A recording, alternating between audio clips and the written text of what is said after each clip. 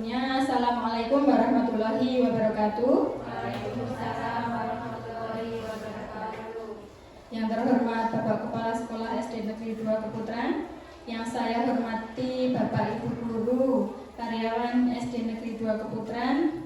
Alhamdulillahirrahmanirrahim. Pada kesempatan kali ini kita dapat bertemu dalam forum diskusi ini karena saya akan menyampaikan aksi nyata saya diseminasi budaya positif di SD Negeri 2 Keputran Kemalang ini. Karena Bapak Ibu perlu diketahui ya, mungkin panjenengan semua juga sudah mengetahui bahwa saya saat ini sedang mengikuti pendidikan calon guru penggerak angkatan 11 dan sekarang sampai di modul 1.4 yaitu budaya positif di sekolah, seperti itu. Sebelum acara kita mulai, baiknya kita buka dahulu ya Bapak Ibu.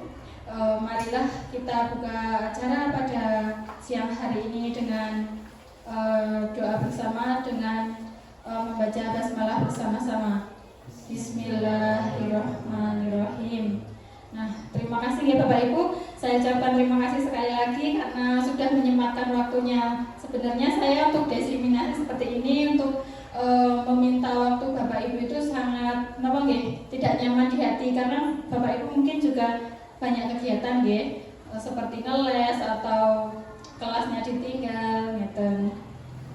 Untuk selanjutnya nanti di sini saya akan memaparkan tentang budaya positif apa saja di sekolah nanti.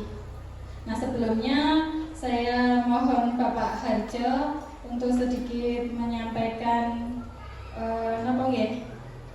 sambutannya. Seperti itu Pak. Saya persilakan Pak Harjo.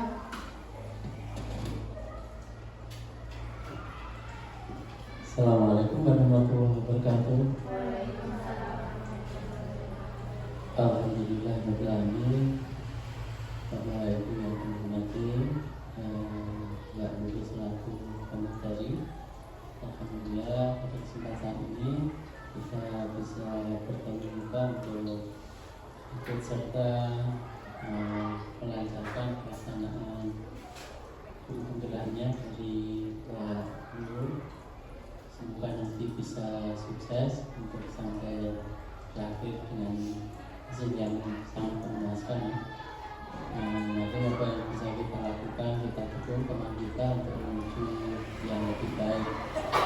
Jadi untuk aksi nyata diseminasi budaya positif, tentunya kita bisa baik, kita bisa menerapkannya bersama-sama untuk bisa menerapkan budaya positif di sekolah, termasuk juga budaya positif kita sendiri atau dengan orang lain atau dengan murid kita. Jadi itu mungkin dengan pertemuan ini bisa mendapatkan ilmu dan bisa mendapatkan manfaat yang nantinya bisa kita terapkan untuk diri kita, sekolah kita, dan siswa kita. Itu saja yang disampaikan dari saya. Mungkin untuk selanjutnya untuk bisa mengikuti sampai akhir nanti. Cukup sekian. Assalamualaikum warahmatullahi wabarakatuh.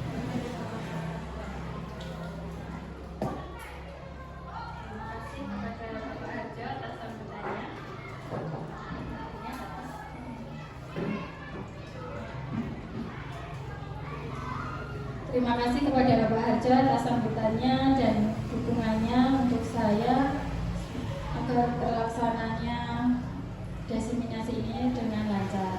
Nah, selanjutnya di sini nanti saya akan menyampaikan tentang budaya positif ya Bapak Ibu. Selanjutnya Mas Irul. Nah, sebelum kita melakukan lanjut ke materi, coba Bapak Ibu sekarang berhadapan-hadapan dengan temannya. Yuk senyum selama 30 detik. Jadi yang sebelumnya remuk mawar. Nah, coba kalau hadap-hadapan dengan temannya pripun kalau senyum. Oh ya, senyum lah, ini belum dimulai senyum 30 detik saja sudah senyum-senyum. Jadi memang benar senyum itu adalah sebagian dari apa? Ibadah, ya betul.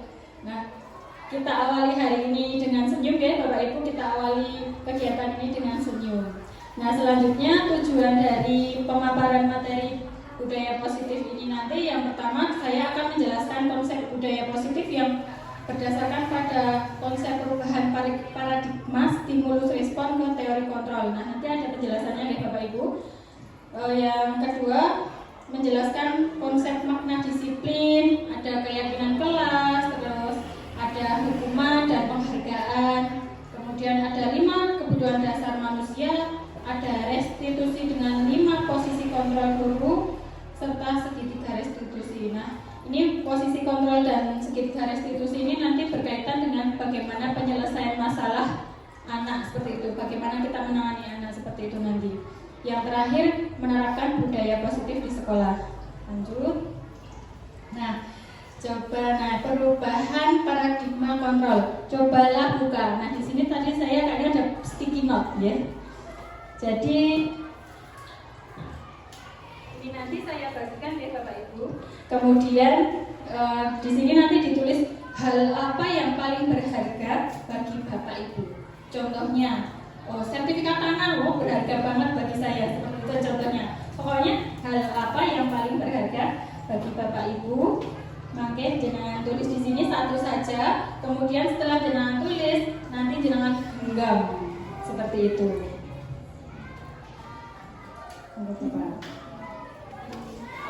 Apa yang paling berharga? Yang paling berharga, suamiku gitu. Satu malam atau beberapa boleh. Kemudian kalau sudah, monggo Mbak Bibi, monggo Binara. Kalau sudah nanti silakan jenengan genggam secara erat-erat seperti itu. Nah, ini kan harus berpasangan. Nah, sudah berpasangan, setelah itu panjenengan berpasangan dengan temannya. Sudah digenggam Bapak Ibu. Digenggam buza. Mungkin tidak pulang ngetos jenengan paling berharganya apa mungkin. Kalau sudah, coba dengan teman kita berpasangan ya Bapak Ibu. Jadi hal yang berharga ini coba jenengan tawar. Seumpama Mbak Dian menawarkan Mbak Fitri, gonamu coba bukaan. Seumpama tak bayar 5 juta, gonamu bukaan, mau enggak? Seperti itu. Coba jenengan tawar, kira-kira mau enggak temennya? Bagaimana jenengan bernegosiasi supaya temannya itu mau membuka genggamannya itu. Enggak dicoba Mbak Isma, Mbak Seti, tawar-menawar. Ini kira-kira bakal tak buka nek jenengan ki ngenai aku apa seperti itu. Pak Fauzan, karo kalih Pak Harjo napa? Mas Irul? Monggo saling bernegosiasi. Tidak boleh, Bu Esti beneran tidak boleh. Pak Irul kan Bu Esti boleh. Buat asal. Dan jenengan memberikan tawaran Bu Esti tak nanti ya, tak kasih ini supaya tapi jenengan buka tangannya ya, biar saya tuh tahu hal yang berharga, berharga itu saya miliki. Tak kasih snack Bu Esti gitu.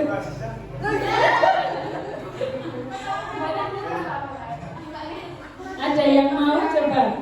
Coba saya menawarkan Mbak Dia, Mbak. Kira-kira ini hal yang berharga ini kalau saya tukar, jenengan mau apa dari saya? Gak ada harganya. Oh, berarti spontan gak bisa ditukarnya Mbak Fitri.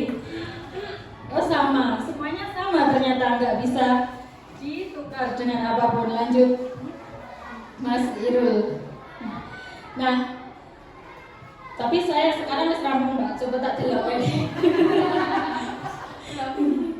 Tak delok iki. Kok ora oleh tenan iki? Kok keluargaku. Nah, benar. Memang keluarga itu kan tidak ada harganya ya Bapak Ibu. Adi tuku pira-pira ora oleh dijali apa-apa tidak bisa seperti itu. Nah, ini sesuai dengan perubahan paradigma kontrol. Siapa yang sesungguhnya memegang kontrol, yang menutup kepala tangan atau yang berusaha dengan segala cara untuk membuka kepala rekannya? Siapa kira-kira? Nah, jawabannya tentu kita sendiri yang memegang kontrol atas kepala tangan kita. Kita membuka atau menutup kepala tangan kita itu bergantung pada diri kita, Bapak Ibu. Nah, itu sesuai dengan kebutuhan dasar kita saat ini. Lanjut, Pak. Nah, sebelum lanjut ke ini saya jelaskan sedikit, yaitu sama saja seperti kita sebagai guru terhadap murid. Sebenarnya murid itu, coba kita di kelas. Yang pertama, ilusi guru mengontrol murid. Murid, ayo semuanya, anak-anak saya gadek ke bu guru. Wes meneng anteng. Nah, memang anak itu mau diam. Tapi apakah itu sesuai dengan keinginan hati mereka? Tidak pasti ya. Ada yang memang manut, ada memang yang aku ki ora pengen sekolah sakjane, tapi karena terpaksa. Nah, itu sama dengan ilustrasi tadi ya.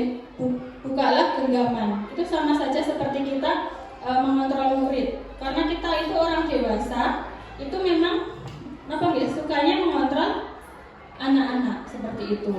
Yang kedua, ilusi bahwa semua penguatan positif efektif dan bermanfaat. Contohnya seperti ini Bapak Ibu. Kamu nanti belajar yang rajin ya. Nanti belajar rajin itu sapa ngerti itu ranking 1. Nanti nilainya baik.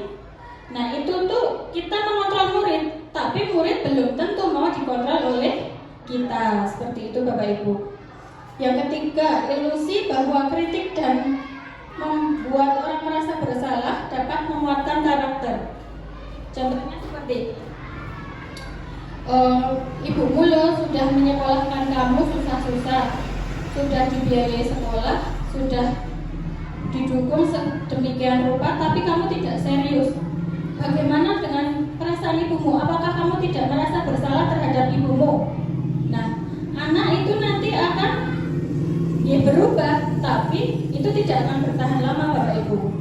Itu hanya bertahan sementara saja. Anak merasa bersalah, malah itu akan menimbulkan trauma di dalam hati dan pikirannya, seperti itu. Nah, yang selanjutnya, ilusi bahwa orang dewasa memiliki hak untuk memaksa. Nah, seperti yang tadi saya sampaikan, bahwa orang dewasa itu kan memang senangnya memaksa yang lebih muda atau anak-anak seperti itu. Nah, tadi itu adalah ilusi kontrol menurut Dr. William. Nah, perubahan paradigma stimulus respon. Nah, siapa sesungguhnya yang memiliki kontrol? Nah, yang pertama, coba kita mencoba mengubah orang agar berpandangan sama dengan kita. Teori kontrol atau pilihannya, kita berusaha memahami pandangan orang lain tentang dunia. Kita yang stimulusnya kita itu pengen merubah, tapi kita setelah mempelajari teori kontrol, nah kita tidak bisa merubah, kita hanya bisa memahami pandangan orang lain terhadap dunia, seperti itu. Contohnya, kok Bu Nurul itu malah milih beli motor tinimbang sepatu, padahal sepatunya udah rusak seperti itu. Itu pandangan kita, tapi menurut saya lebih milih motor, penting motornya atau sepatunya. Itu kita sebagai orang lain kan tidak bisa memaksa, tapi hanya bisa memahami. Yang kedua, perilaku buruk dilihat sebagai suatu kesalahan. Teori kontrolnya adalah semua perilaku itu memiliki tujuan. Contohnya, orang lain memandang saya itu setiap hari datang terlambat, padahal saya itu terlambat karena ada alasan yang memang tidak bisa ditinggalkan, seperti itu. Jadi setelah belajar stimulus respon dan teori kontrol ini, saya sedikit terbuka pandangannya ya Bapak Ibu, bahwa kita tidak bisa memaksakan kehendak kita terhadap orang lain, pandangan kita terhadap orang lain itu tidak bisa dipaksakan, tapi kita hanya bisa memahami. Terus selanjutnya, orang lain bisa mengontrol saya. Nggak bisa, hanya Anda yang bisa mengontrol diri Anda. Saya bisa mengontrol orang lain. Nah, Anda tidak bisa mengontrol orang lain.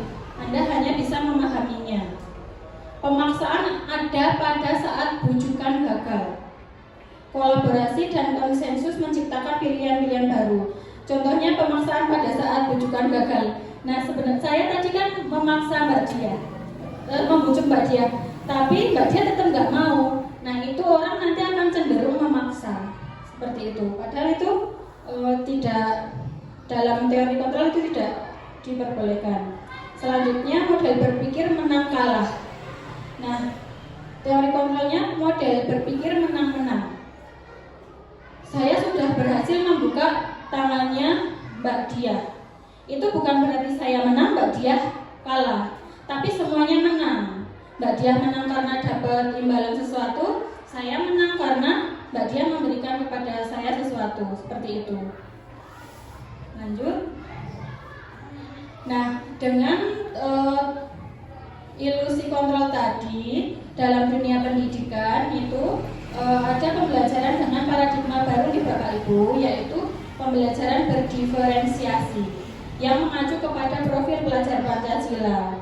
Jadi bagaimana kita memfasilitasi murid-murid tadi, memahami murid-murid tadi dengan melakukan pembelajaran berdiferensiasi di kelas.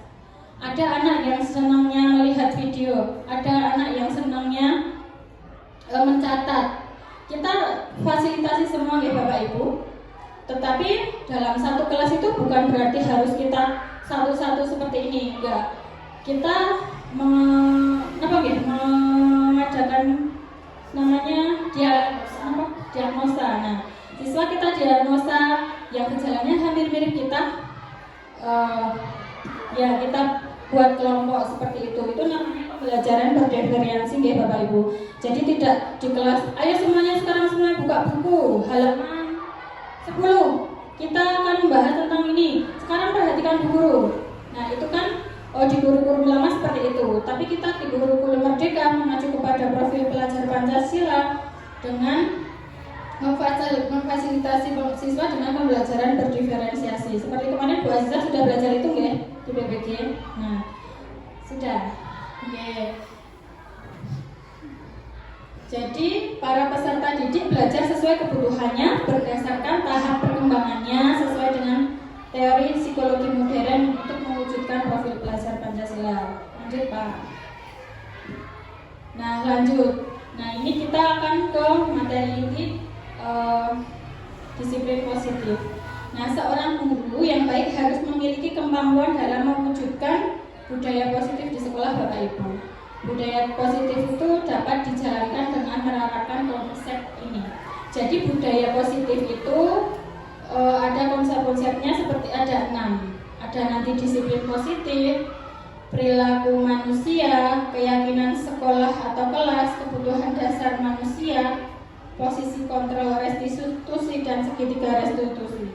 Ini untuk menciptakan budaya positif di sekolah ini ada 6 komponen yang harus kita pelajari, kita terapkan seperti itu. Oke. Nah, selanjutnya disiplin positif. Disiplin positif merupakan suatu cara menerapkan disiplin yang mengajarkan anak bertanggung jawab dan menumbuhkan kesadaran diri berdasarkan nilai-nilai kebajikan. Contohnya apa Bapak Ibu? Mungkin ada yang mau berpendapat? Contoh disiplin positif dengan cara penerapan disiplin mengajarkan tanggung jawab kepada anak. Ya?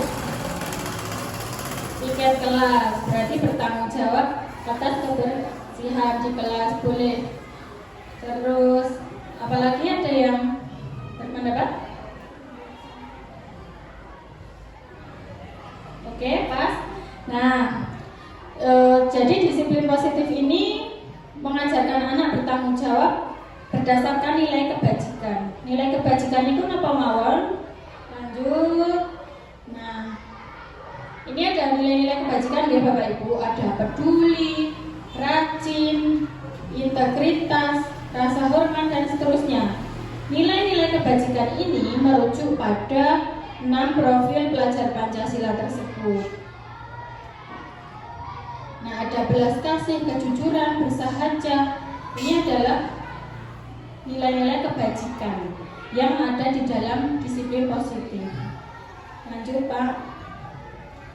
Nah, disiplin positif lebih ke arah disiplin diri yang dapat mengontrol diri dalam melakukan segala tindakan. Jadi kalau kita mendengar kata disiplin ya Bapak Ibu, biasanya itu berhubungan dengan sanksi, konsekuensi, sanksi hukuman. Kalau di Indonesia seperti itu. Nah, kamu nggak disiplin nanti ada hukumannya, ada sanksinya. Padahal disiplin itu tidak seperti itu. Disiplin itu nilai-nilai kebajikan. Tapi kita sering miskonsepsi seperti itu. Lanjut. Disiplin diri dapat membuat murid memahami dan menyadari berdasarkan motivasi internal, bukan akibat paksaan, ujian atau hukuman.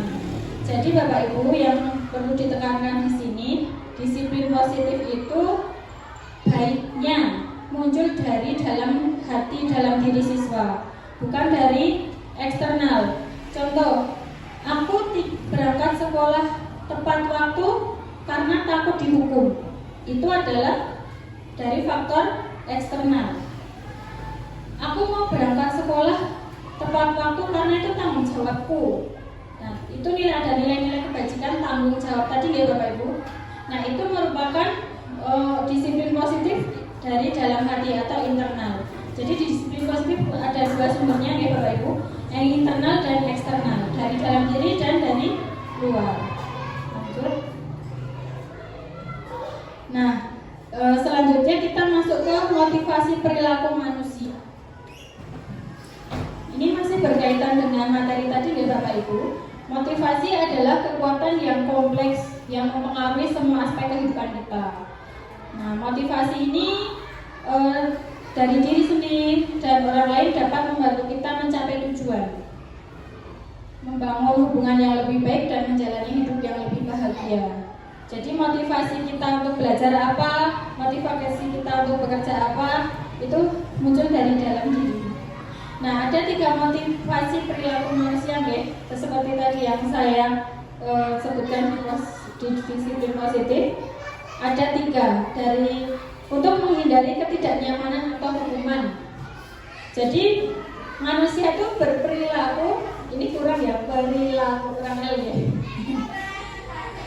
Jadi untuk menghindari hukuman, atau yang kedua untuk mendapatkan imbalan atau penghargaan, yang ketiga untuk menjadi orang yang mereka inginkan, menghargai diri sendiri dengan nilai yang mereka percaya.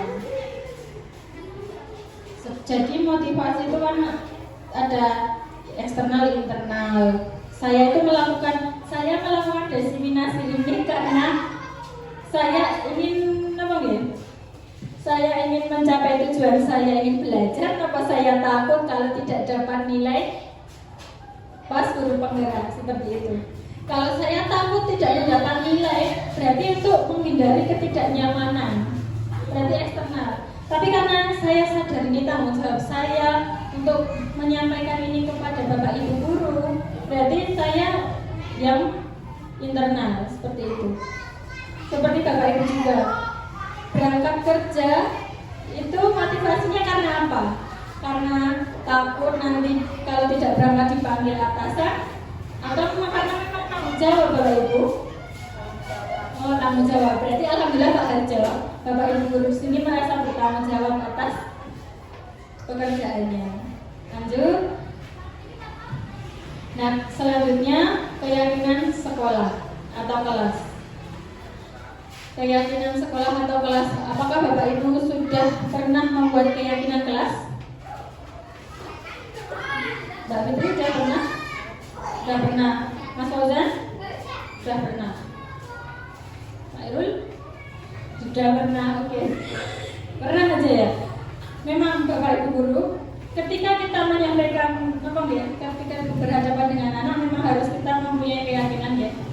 Keyakinan kelas atau sekolah, guru berperan dalam mewujudkan terbentuknya keyakinan sekolah atau kelas dengan adanya kesepakatan antar guru dan murid.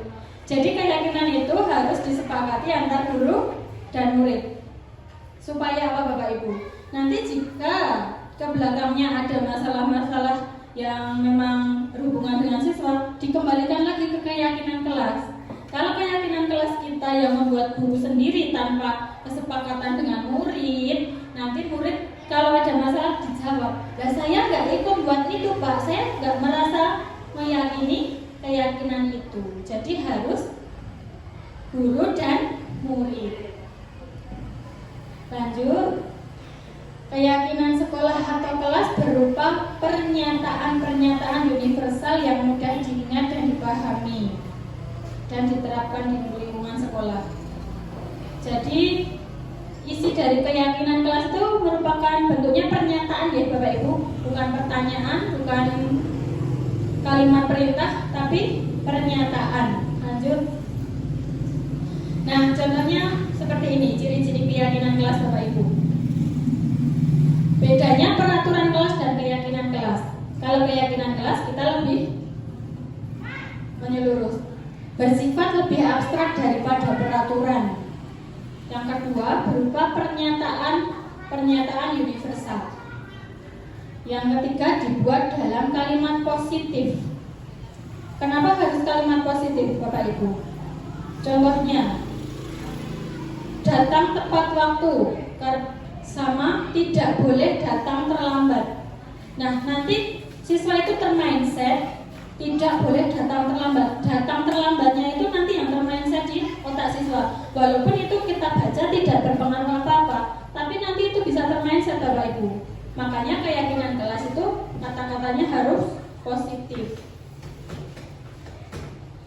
Yang selanjutnya, semua warga kelas berkontribusi dalam pembuatan keyakinan kelas seperti tadi yang sudah saya sampaikan. Tidak terlalu banyak dan mudah diingat dan dipahami.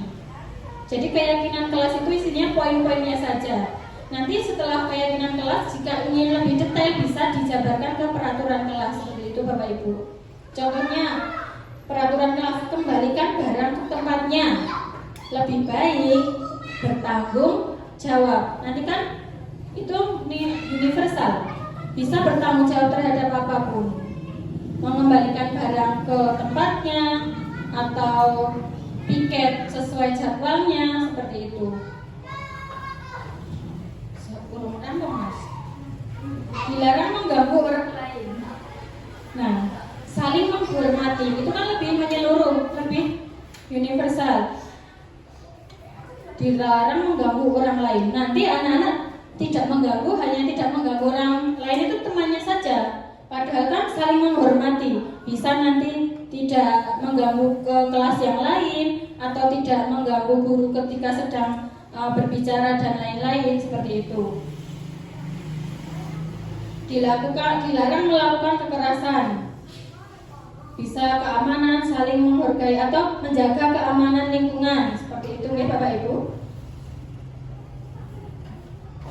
Lanjut. Nah, ini contoh keyakinan di kelas 4. Kemarin saya sudah membuat keyakinan kelas nih Bapak Ibu. Contohnya yang pertama apa Mas? Tidak terlihat Mas, tolong dibacakan Pak Irul.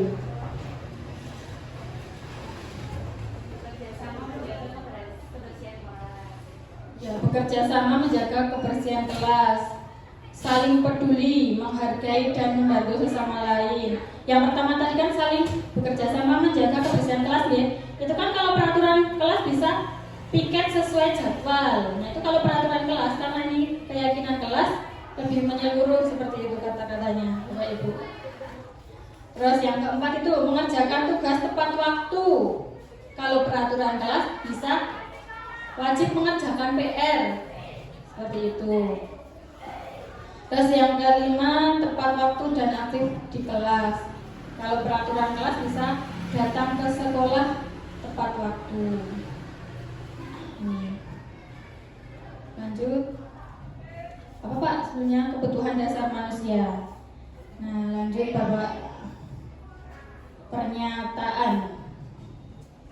Ketika seorang murid melakukan suatu perbuatan yang bertentangan dengan nilai-nilai kebajikan atau melanggar peraturan, hal itu sebenarnya dikarenakan mereka gagal memenuhi kebutuhan dasar mereka. Oke. Jadi seperti kasus-kasus yang sebenarnya yang kita alami ya Bapak Ibu. Anak itu contohnya di kelas saya ada. Dia itu sangat cari perhatian sekali. Suka mengganggu temannya, melarang temannya mengerjakan tugas. Itu karena dia ada kebutuhan dasar yang tidak terpenuhi. Contohnya kebutuhan dasar akan perhatian atau kasih sayang. Lanjut Pak. Nah, kebutuhan dasar manusia itu ada 5 Bapak Ibu. Ada bertahan hidup, kasih sayang, dan rasa diterima, penguasaan, kebebasan, kesenangan. Kebutuhan dasar manusia itu ada 5. Nah, ini 5 itu apa saja Bapak Ibu? Nanti kita belajar melalui kasus saja biar bisa langsung klik, oh ini ternyata bertahan hidup itu apa, kalau dikasuskan kasih sayang itu apa, penguasaan, kebebasan, kesenangan. Lanjut Pak. Nah, kita akan baca studi kasus yang kasusnya satu tapi bisa mencakup semuanya. Ibu Zulaikha, guru wali kelas 9H, kelas 9 gitu aja, sedang bingung menghadapi ulah salah satu murid di kelasnya, Tommy. Beberapa anak telah mengeluhkan Tommy yang seringkali meminta bekal makan siang mereka dengan paksa. Apakah ada murid kita jenis seperti itu Bapak Ibu? Nah, memaksa temannya meminta bekalnya, jajan diminta. Jika Anda menghadapi situasi seperti Ibu Zulaikha, apa yang Anda lakukan? Menurut Anda, kira-kira apa alasan Tommy melakukan hal itu? Nah, lanjut Pak. Alasan pertama ya kita, karena ia lapar dan orang tuanya tidak membawakannya bekal, maka makan siang. Maka kebutuhan dasar yang sedang dipenuhi oleh Tommy adalah kebutuhan untuk bertahan hidup. Lapar, anak kita itu lapar Bapak Ibu, tapi nggak dibawain bekal, nggak dibawakan saku uang. Satu-satunya cara untuk bertahan hidup karena lapar sekali, sakit perut adalah meminta jajan temannya. Tapi kita sering salah sangka. Saya sebelum belajar ini, ya kalau ada anak surga, saya marahi. Padahal mereka itu sedang bertahan hidup. Bagaimana bertahan hidup? Seperti itu Bapak Ibu. Selanjutnya, alasan kedua nih. Karena dia merasa senang temannya menjadi memperhatikan dia. Ketika temannya melaporkan tindakannya itu pada gurunya dan gurunya memberitahu orang tuanya, sehingga orang tuanya jadi memperhatikan dia. Maka kebutuhan dasar yang sedang dipenuhi Tommy adalah kebutuhan akan kasih sayang dan rasa diterima. Jadi kebutuhan kasih sayang dan rasa diterima. Apakah ada pertanyaan Bapak Ibu? Jadi Tommy itu ada yang melaporkan. Ketika dia dilaporkan itu, nanti pasti gurunya akan WA orang tuanya. Orang tuanya kemudian akan lebih memperhatikan dia. Oh iya, anakku kemarin tidak bawain bekal, lupa tidak bawa bekal, tidak bawa samu, atau orang tuanya sibuk bekerja. Makanya Bapak Ibu, ketika anak kita mengalami masalah, kita jangan langsung memarahi dan menjudge dahulu. Setelah saya belajar ini, sebetulnya ya saya pada umumnya guru yang belum belajar. Lanjut, yang ketiga. Alasan ketiga, karena temannya jadi takut dengan dia dan menuruti keinginannya. Maka sebetulnya Tommy sedang berusaha memenuhi kebutuhan dasarnya akan kekuasaan. Begitu, dia ingin berkuasa. Jadi malah ikan cane seperti itu. Selanjutnya, kebutuhan yang keempat. Alasan Tommy yang keempat, karena dia merasa bosan dengan bekal makanan yang dibawakan ibunya dari rumah. Karena ibunya selalu membawakan bekal yang sama. Oleh karena itu dia ingin mencoba teman-temannya yang makan beraneka ragam makan. Maka Tommy sedang memenuhi kebutuhannya berusahakan kebebasan. Jadi ibunya betina yang makannya cuma itu. Bebas, aku tuh pengen makan yang lain, tapi selalu bawainnya ini. Bawain uangnya juga terbatas, aku hanya bisa beli ini. Jadi dia butuh kebebasan. Selanjutnya alasan yang kelima, karena ia melakukannya karena iseng saja dan ia menikmati ekspresi wajah teman-temannya yang kesal karena diambil makanannya dan menuntut dia. Menurut dia, ekspresi teman-temannya itu lucu, maka berarti Tommy sedang berusaha memenuhi kebutuhannya akan kesenangan. Ada juga anak yang butuh kesenangan, pengen delok kancane susah, ada temannya susah malah dia senang gitu. Jadi ini berhubungan dengan 5 kebutuhan dasar tadi ya Bapak Ibu. Satu kasus bisa mencakup 5 kebutuhan dasar manusia. Maka kita sebagai guru, bagaimana caranya mengetahui anak itu haus akan kebutuhan yang mana, seperti itu. Lanjut Pak. Nah, ini berkaitan dengan kasus tadi, posisi kontrol restitusi. Lanjut. Nah, yang pertama adalah guru sebagai penghukum. Yang kedua, guru sebagai pembuat merasa bersalah. Kita itu bisa membuat anak merasa bersalah, sangat bisa Bapak Ibu. Bisa. Terus kita guru sebagai teman juga bisa, kita bisa sebagai teman. Yang keempat, guru sebagai pemantau, dan yang kelima, guru sebagai manajer. Ini berkaitan dengan kasus tadi ya Bapak Ibu. Untuk mengetahui mana yang dibutuhkan anak itu kita bisa memakai 5 posisi ini. Lanjut. Nah, ini contohnya. Kalau guru sebagai penghukum itu gimana? Contohnya, guru penghukum itu nyeneni, nunjuk-nunjuk, kamu itu kok kayak gitu, benar atau salah? Itu namanya guru sebagai penghukum. Kalau kamu tidak melakukannya, awas ya sesek ya. Itu namanya penghukum. Hasilnya nanti anak akan memberontak, menyalahkan orang lain dan berbuat jahat. Seperti anak kita pernah ada kan yang mencuri. Kalau kita posisinya sebagai penghukum, kamu aku enggak. Kalau enggak ngaku, awas ya. Jadi anak malah tambah kebohongan yang lain. Nah, langsung murid berkata, biarkan saja, nanti juga marah-marah lagi. Nah, muridnya enggak takut, malah ya wes.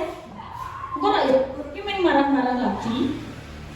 Dampaknya bagi murid nanti mengulangi kesalahan. Gitu. Kalau kita sebagai pembuat rasa bersalah, kita ceramahi A sampai Z, nggih Bu, mboten kepanggih, tapi nanti kamu seharusnya sudah tahu ibu lelah sekali mengatakan mengatakan itu ibu stres. Guru berkata seperti itu.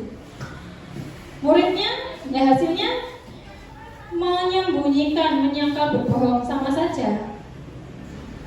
Wes diceramain A sampai Z, wes didedes-dedes, tetap baik muridnya nanti akan berbohong. Kemudian murid meletakkan guru di dalam dunia berkualitas. Nah ya, murid agak menghormati, tapi nanti murid masih merasa rendah diri, efeknya. Kemudian kalau kita itu sebagai teman, posisi kontrol kita sebagai teman, membuatkan alasan-alasan untuk muridnya. Contohnya, ayolah lakukan demi ibu, ayo jujur baik demi ibu Nurul. Nanti wis kamu tak bantu nek jujur kayak gitu. Masa kamu tidak mau? Ingat tidak, ibu pernah bantu bla bla bla. Sebagai teman, ya layaknya kita sebagai sesama teman seperti itu kita rangkul. Tapi nanti hasilnya murid jadi ketergantungan. Kemudian murid nanti meletakkan guru sebagai orang yang sangat penting di dunia berkualitas. Saya pikir bapak atau ibu teman saya, ternyata begitu. Ternyata wis ngumpulke murid, tapi kecewa, dia jatuh.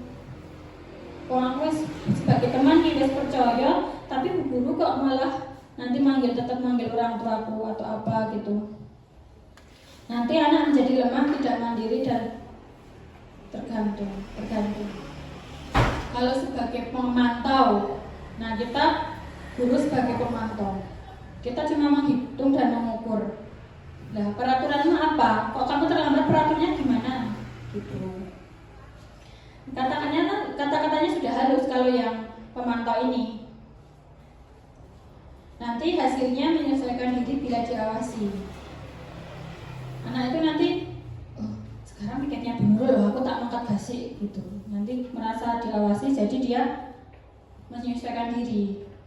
Nanti murid meletakkan guru peraturan dan hukuman di atas di dunia berkualitas. Berapa banyak bintang yang saya harus peroleh, berapa halaman yang harus saya tulis.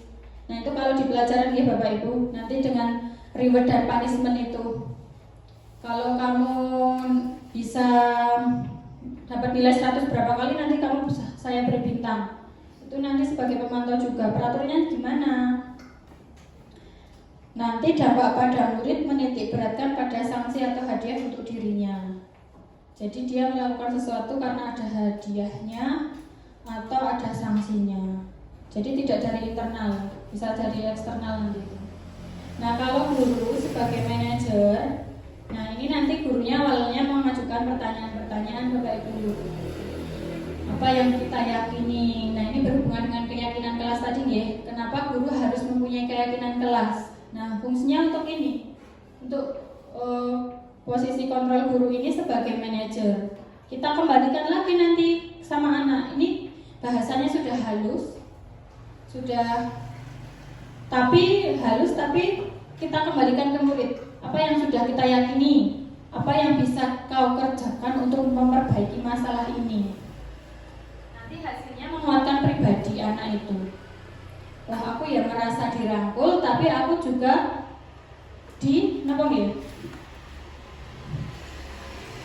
dikuatkan. Nanti murid meletakkan dirinya sebagai individu yang positif dalam dunia berkualitas. Bagaimana cara saya bisa memperbaiki kesalahan saya? Nah nanti kan datang terlambat, itu nanti kita restitusi Bapak Ibu. Lah apa kok datang terlambat? Enggak gitu caranya. Nanti kita posisikan guru sebagai manajer. Nah nanti murid terbiasa mengevaluasi diri dan bagaimana cara memperbaiki diri. Seperti itu. Jadi Bapak Ibu kita sepakati kita mau di posisi mana dulu nih? Penghukum, pembuat merasa bersalah, teman, pemantau atau manajer? Oke, pemantau atau manajer. Memang ini agak sulit ya Bapak Ibu, kita sebagai posisi pemantau atau manajer. Tapi insya Allah kalau kita biasakan lama-lama kan terbiasa. Kemarin saya juga sudah praktek terhadap kelas saya itu 1. Nyatanya sekarang juga sudah ada perubahan yang membaik. Biasanya kemarin kan ada orang tua yang datang. Anak saya kok dijejerkan sama ini Bu. Anak saya dilarang garap. Nggak, nanti anak saya dapat nilai. Padahal yang larang itu biar dapat nilai, biar teman-temannya nggak dapat nilai. Saya mau anak saya tuh nggak duduk sama dia. Nah saya tuh semalaman terus mikir Bapak Ibu. Nah iki kok langsung tak pindah, saya menyakiti hati anak ini. Terus nanti teman-temannya juga bakal ngece gitu, mesti kayak mau masalah. Soalnya Bapak Ibunya kesini pas pulang sekolah mesti kan lihat anak-anak lihat gitu. Saya biarkan 2 hari. Saya juga mikir ya Bapak Ibu, iya ya, langsung tak pindah. Nanti kalau yang tak pindah ini jajar sama yang lain. Nanti sama aja kasusnya, malah orang tua yang lain yang datangin saya seperti itu. Akhirnya ya anak yang bermasalah itu saya panggil 2 kali saya panggil. Yang pertama ya seperti ini, saya restitusi seperti ini. Yang kedua saya pantau, kamu kemarin gimana. Akhirnya sekarang alhamdulillah tidak ada masalah lagi Bapak Ibu. Sudah oke, temannya garap dipersilakan. Sekarang yang duduk sama dia mau siapa aja, oke, nggak ada masalah, nggak ada laporan seperti itu. Lanjut Pak. Nah posisi kontrol restitusi. Di antara kelima posisi kontrol tersebut sebaiknya seorang guru menggunakan posisi kontrol manajer. Lanjut. Sebagai manajer, guru dapat membuat sesuatu bersama murid, mempersilahkan murid bertanggung jawab dan mendukung murid agar dapat menemukan solusi. Jadi kita membersamai murid, bukan sebagai penghukum tapi sebagai manajer. Bagaimana memunculkan rasa tanggung jawab dia, terus bagaimana kita mendukung sehingga murid itu menemukan solusi untuk masalahnya sendiri. Lanjut. Selain itu, posisi manajer mengacu pada restitusi yang dapat menjadikan murid sebagai manajer bagi dirinya sendiri sehingga dapat tercipta identitas positif pada diri murid. Nah, kalau kita sebagai manajer ya Bapak Ibu, kita bisa memunculkan hal positif pada murid. Murid bisa mengevaluasi dirinya sendiri, jadi hal-hal positif akan muncul pada dirinya. Seperti rajin, ternyata setelah direstitusi, dia jadi rajin belajar. Efeknya apa nih? Tidak tertinggal. Selanjutnya kita masuk ke materi segitiga restitusi. Nah, contohnya ini segitiga restitusi. Kita menstabilkan identitas anak dulu, baru kemudian memvalidasi tindakan yang salah, kemudian menanyakan keyakinan kelas.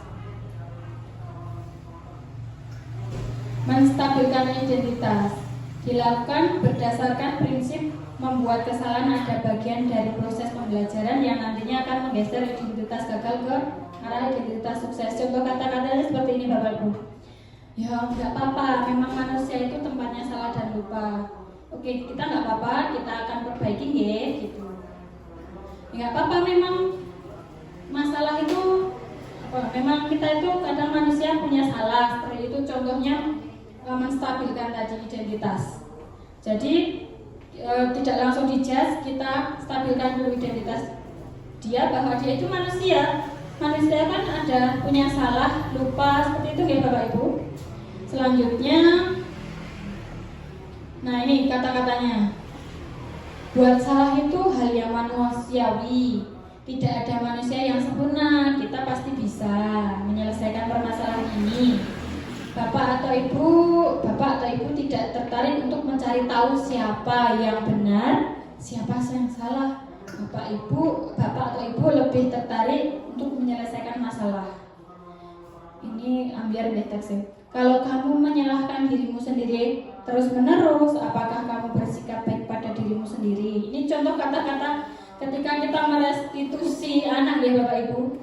Kalau ada anak bermasalah, kita restitusi dulu seperti ini. Buat masalah itu tidak apa-apa, itu hal yang manusiawi. Bapak, Ibu itu nggak mau tahu yang salah itu kamu atau dia. Kalau kamu menyalahkan dirimu sendiri terus-menerus, apakah kamu bersikap baik pada dirimu? Itu restitusi, kita validasi dulu. Menstabilkan identitas dulu. Kita stabilkan dulu, kemudian lanjut kita validasi. Validasi tindakan yang salah dilakukan berdasarkan prinsip bahwa setiap perilaku berupaya memenuhi sesuatu kebutuhan tertentu seperti tadi ya. Sehingga guru atau orang tua akan bergeser dari pemikiran stimulus respon menjadi proaktif, serta akan lebih mengenali dan mengakui kebutuhan murid atau anak. Lanjut Pak.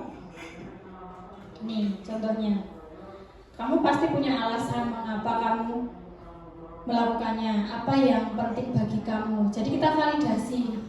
Kenapa? Guru yakin kamu pasti punya alasan kenapa melakukan itu. Guru yakin kamu punya alasan kenapa memukul temanmu atau tidak mengerjakan PR. Guru yakin kamu punya alasan seperti itu. Kamu boleh tetap berusaha menjaga sikap itu, tapi tambahkan sikap yang lain yang baru. Maukah kamu belajar cara lain untuk mendapat yang kamu butuhkan tanpa harus memukul seperti itu. Kita validasi nih Bapak Ibu. Selanjutnya setelah divalidasi, nah kita menanyakan keyakinan. Keyakinan dilakukan dalam memberi pertanyaan-pertanyaan bermakna kepada murid atau anak untuk memunculkan motivasi secara intrinsik, sehingga mampu mengaitkan keyakinan dengan tindakan yang salah. Lanjut. Contohnya ini. Apa nilai yang kita percaya di sekolah kita? Nilai-nilai apa yang telah kita sepakati? Kelas yang ideal itu seperti apa sih? Kamu ingin jadi anak seperti apa? Apa yang kamu rasakan? Ketika kamu melakukan itu, kamu jadi orang yang seperti apa? Jadi kita tanyakan lagi, kita kembalikan keyakinannya. Seperti itu. Lanjut. Nah ini contoh masalah restitusi ya Bapak Ibu. Ini ada video sedikit. Video. Masuk nggak ke speaker? Apa masuk? Kita lihat video sebentar ya. Salam bahagia Ibu dan Bapak guru hebat. Dalam penerapan disiplin positif restitusi, salah satu program yang dikembangkan adalah 5 posisi kontrol. 5 posisi kontrol dalam restitusi adalah proses perjalanan seorang pendidik agar dapat mengenali dirinya. Pada video kali ini, kita akan membahas tentang 5 posisi kontrol yang dikembangkan oleh Dayan Dosen dan contoh penerapannya.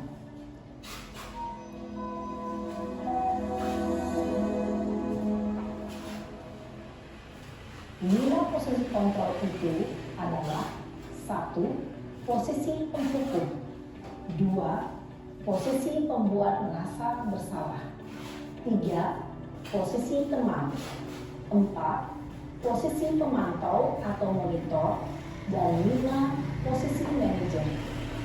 Untuk lebih memahami kelima posisi tersebut, mari kita saksikan kasus Naren yang terlambat hadir 20 menit di sekolah dan melihat bagaimana kelima posisi kontrol dalam menghadapi masalah tersebut.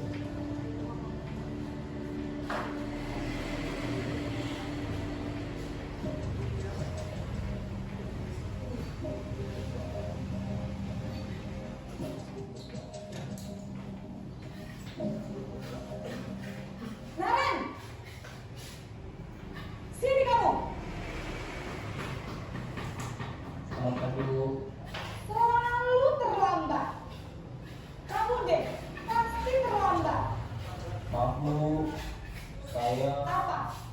Apa coba? Alasan kamu apa lagi? Kapan sih kamu tidak terlambat? Malas sekali ya kamu jadi anak. saya Dasar pemalas. Gak kapok-kapok sih kamu. Sudah berapa kali terlambat?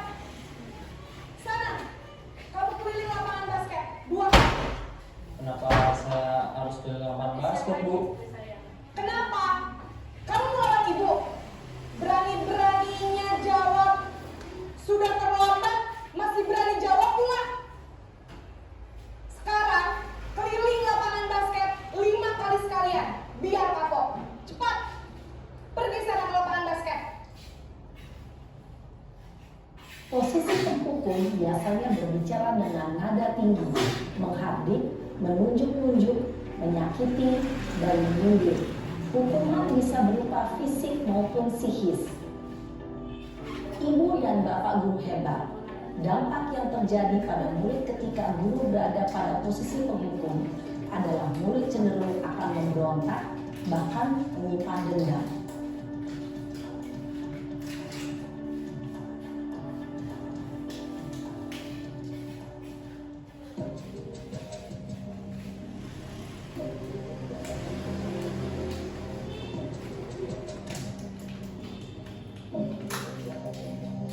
Naren!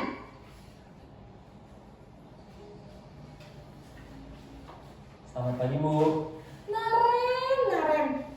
Kamu kenapa terlambat lagi, nak? Ya Tuhan, Naren. Kamu senang ya bikin ibu susah ya?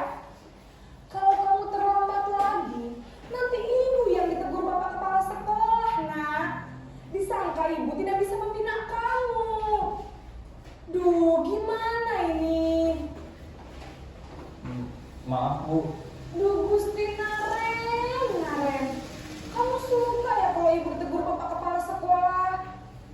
Terus, sekarang ibu harus tulis apa ini di buku absen? Ini kamu sudah sering terlambat loh. Ibu harus apa coba? maaf Bu, maaf sekali. Ya sudah, lain kali jangan bikin ibu susah lagi ya nak ya. Ibu tidak akan kuat lagi kalau kamu begini terus. Bisa jantungan kalau ibu tegur bapak kepala sekolah. Sana cepat ke kelas.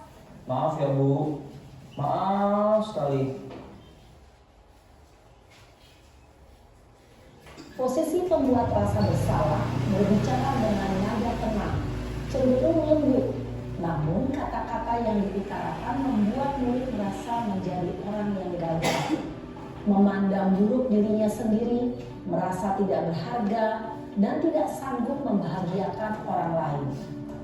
Ketika guru mengambil posisi pembuat rasa bersalah, murid akan menganggap dirinya yang bersalah dan ia akan menyimpan emosi negatif tersebut di dalam dirinya.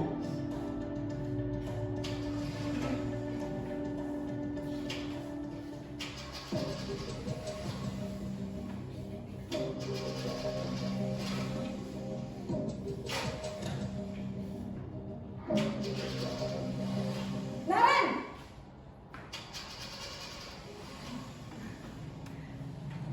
Selamat pagi Bu.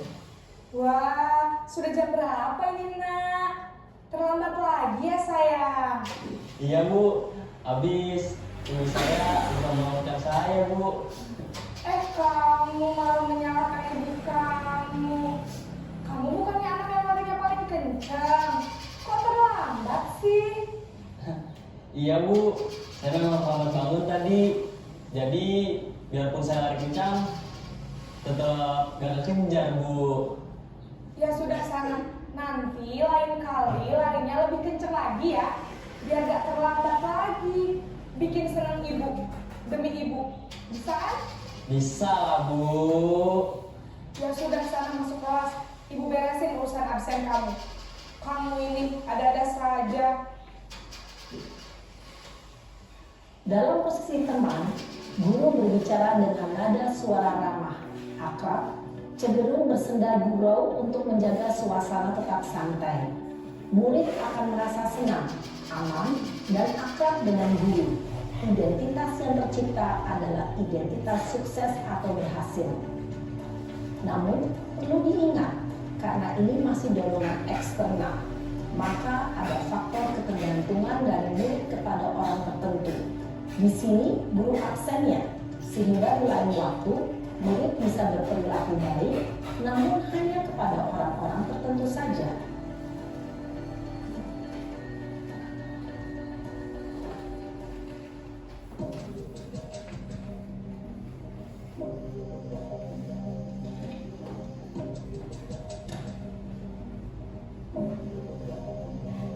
Naren!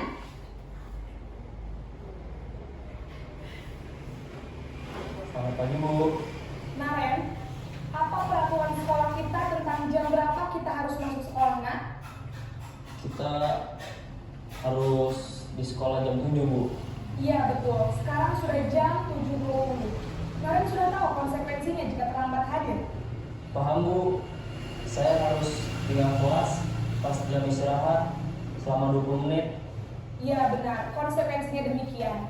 Jadi nanti jam 9.30 pas istirahat, kamu harus tinggal di kelas, kerjakan tugas tambahan untuk ketertinggalan kamu, ya? Baik Bu. Posisi pemantau mengandalkan penghitungan atau data untuk mengontrol murid. Guru mengarahkan murid berdasarkan peraturan dan konsekuensi. Seorang pemantau menunjukkan bahasa tubuh dan ekspresi wajah yang datar dan cenderung formal.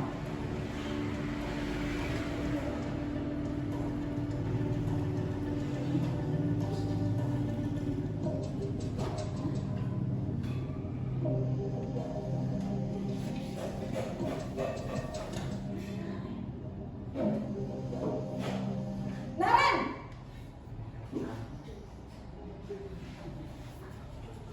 Selamat pagi Bu. Selamat pagi Naren. Maaf Bu, saya terlambat. Iya, sekolah masuknya jam 7, sekarang sudah jam 7.20. Jadi sekarang bagaimana nih Naren?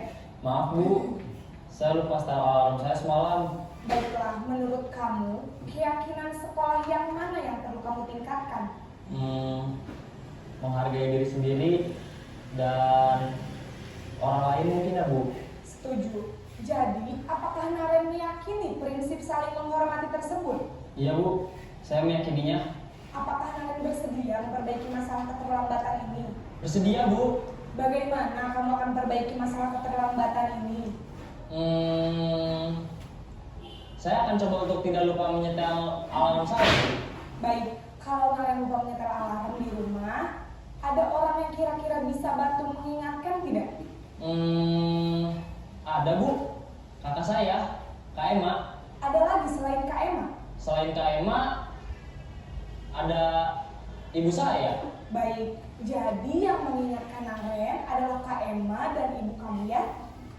Kira-kira akan mulai start alarm kapan nih Naren? Setelah pulang sekolah, akan segera saya lakukan. Baik, jadi Naren akan setel alarm untuk bangun besok pagi dan akan diingatkan oleh kakak dan ibunda Naren ya. Ada lagi yang mungkin perlu dilakukan Naren agar tidak terlambat bangun lagi? Tidak ada, Bu. Baik Naren, terima kasih untuk kerjasama kamu. Sekarang kamu perlu kembali ke kelas untuk belajar. Baik, Bu. Terima kasih. Posisi manajer adalah posisi kontrol yang disarankan untuk membimbing murid memiliki sikap disiplin yang positif, yaitu murid yang mandiri, bertanggung jawab, dan dapat memecahkan masalah. Tujuan dari posisi ini adalah agar murid dapat berefleksi atas tindakannya. Guru akan dengan tulus memberikan pertanyaan-pertanyaan bermakna, sehingga membuat murid dapat belajar dari kesalahannya dan mencari sebuah solusi untuk menyelesaikannya. Ibu dan Bapak guru hebat, setelah mengamati adegan kelima posisi kontrol tadi, kira-kira posisi mana yang paling ideal? Posisi mana yang dapat menunjang motivasi intrinsik murid? Ya, tentu posisi manajer. Posisi ini memang posisi ideal yang ingin dituju setiap pendidik.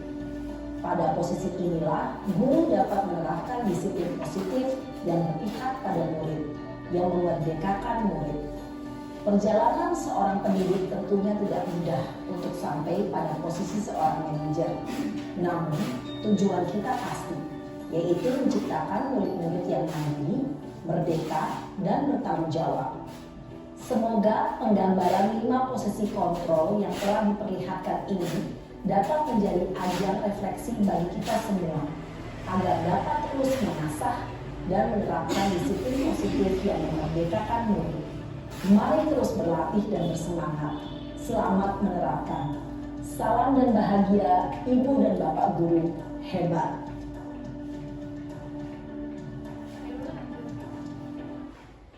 Itu tadi ya Bapak Ibu, contoh 5 restitusi, segitiga restitusi dengan 5 posisi kontrol kita sebagai guru ya Bapak Ibu. Semoga kita sebagai guru setelah melihat tayangan ini bisa merefleksi. Kita akan belajar pelan-pelan untuk menuju posisi manajer. Okay? Nah, seorang guru yang baik harus memiliki kemampuan dalam mewujudkan budaya positif di sekolah.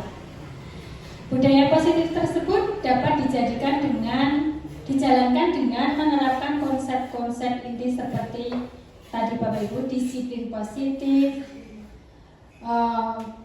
motivasi perilaku manusia, keyakinan sekolah atau kelas, kebutuhan dasar manusia, posisi kontrol restitusi, dan segitiga restitusi. Nah, semoga di SD Negeri 2 Keputaran ini dapat terlaksana budaya positif ya Bapak Ibu.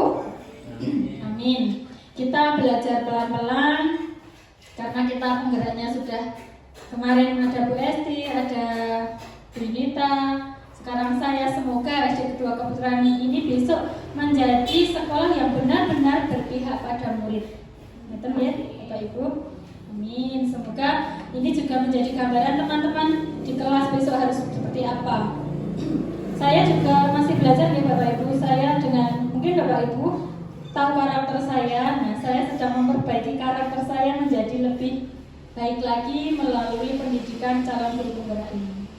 Nah, sekian pemaparan budaya positif saya. Oh iya, hadir Bapak Ibu. Nah, kemarin saya sudah menerapkan sedikit budaya positif di kelas saya, yaitu membuat keyakinan kelas.